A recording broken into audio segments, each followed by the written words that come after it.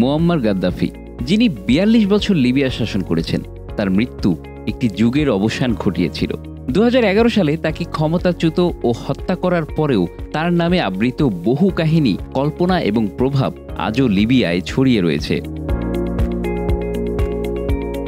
স্বৈরাচারী এই মুসলিম শাসকের মৃত্যুর ১৩ বছর পরেও অনেক লিবীয় নাগরিকের মধ্যে গাদ্দাফির জীবন্ত উপস্থিতি অনুভূত হয়। কিন্তু কিভাবে একজন স্বৈর শাসকের নাম, তার কাজ এবং তার রাজনীতির ছায়া এখনও লিবিয়ার রাজনীতি এবং সামাজিক জীবনে বেঁচে আছে? গাদ্দাফির শাসনামলে লিবিয়া উত্তর আফ্রিকার অন্যতম সমৃদ্ধ দেশ হয়ে উঠেছিল। তেল রপ্তানির বিশাল আয় গাদ্দাফির শাসনে লিবিয়াকে অর্থনৈতিকভাবে শক্তিশালী করেছিল, কিন্তু তার শাসন ছিল নিখুঁত স্বৈরতান্ত্রিক। মুক্তির বিপ্লব নামক আন্দোলনের মাধ্যমে ক্ষমতা গ্রহণ করলেও গাদ্দাফি পরে নিজেই গণতান্ত্রিক প্রতিষ্ঠানগুলোকে বিলুপ্ত করেন। তিনি ক্ষমতা ধরে রাখতে কঠোর হস্তে শাসন চালিয়েছিলেন এবং বিরোধীদের নির্মমভাবে দমন করেছিলেন।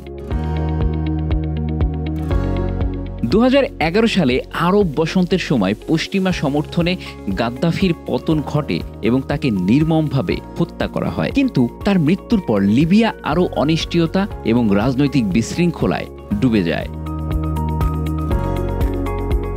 গাদ্দাফির অনুপস্থিতিতে লিবিয়ার রাজনীতি ও অর্থনীতির স্থায়িত্বের অবসান ঘটে। দেশটি রাজনৈতিকভাবে একাধিক অংশে বিভক্ত হয়ে যায় এবং শক্তি অর্জনের জন্য বিভিন্ন বিদ্রোহী দল ও মিলিশিয়া গ্রুপ তৈরি হয়।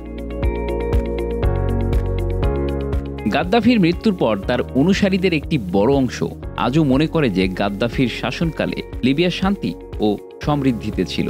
তারা দাবি করে পশ্চিমা শক্তির হস্তক্ষেপ না হলে লিবিয়া আজ এতটা ধ্বংসের পথে যেত না।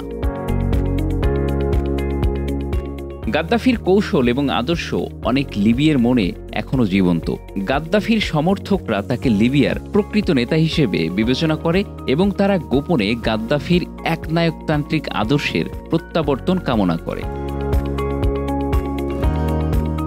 গাদ্দাফির মৃত্যুর পর তার সম্পর্কে বেশ কিছু মিথ ও ষড়যন্ত্র তত্ত্ব ছড়িয়ে পড়ে। অনেকেই দাবি করে গাদ্দাফি এখনও জীবিত এবং গোপনে কোথাও লুকিয়ে আছেন। সামাজিক যোগাযোগ মাধ্যমে কিছু গোষ্ঠী দাবি করে যে গাদ্দাফি ফিরে আসবেন এবং লিবিয়ায় শান্তি ফিরিয়ে আনবেন। তবে এই সব কিছুই এখনও প্রমাণবিহীন। এ ধরনের কল্পনা গাদ্দাফির ক্যারিশম্যাটিক ব্যক্তিত্বের প্রতিফলন এবং তার প্রতি জনগণের এক ধরনের অন্ধ আস্থারই প্রমাণ বহন করে।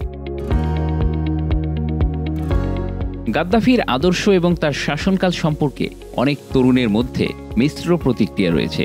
কেউ গাদ্দাফির সময়ের উন্নয়ন এবং শান্তি নিয়ে গর্ব অনুভব করে, আবার কেউ তার নৃশংসতা এবং নিপীড়নের জন্য সমালোচনা করে। নতুন প্রজন্ম তার শাসনকালের ভালো মন্দ উভয় দিক থেকেই শিক্ষা নিচ্ছে। গাদ্দাফির নাম আজও লিবিয়ার রাজনীতির আলোচনায় উঠে আসে, বিশেষ করে রাজনৈতিক স্থিতিশীলতা নিয়ে যখনই কোনো আলোচনা হয়। মুয়াম্মার গাদ্দাফি মারা গিয়েছেন, কিন্তু তার নাম, আদর্শ এবং তার শাসনের ছায়া আজও লিবিয়ার উপর বিদ্যমান। তার শাসনকালের শান্তি এবং উন্নয়নের কথা মনে করিয়ে দিয়ে লিবিয়ার জনগণ প্রায়শই গাদ্দাফিকে স্মরণ করে। আবার তার নিপীড়ন এবং নির্যাতনও সমানভাবে আলোচিত হয়। এই দ্বৈত চিত্রই প্রমাণ করে গাদ্দাফি তার মৃত্যুর ১৩ বছর পরেও এক ধরনের জীবন্ত শক্তি হিসেবে লিবিয়ায় রাজনৈতিক ও সামাজিক জীবনে বিরাজমান। Bangla affairs news desk.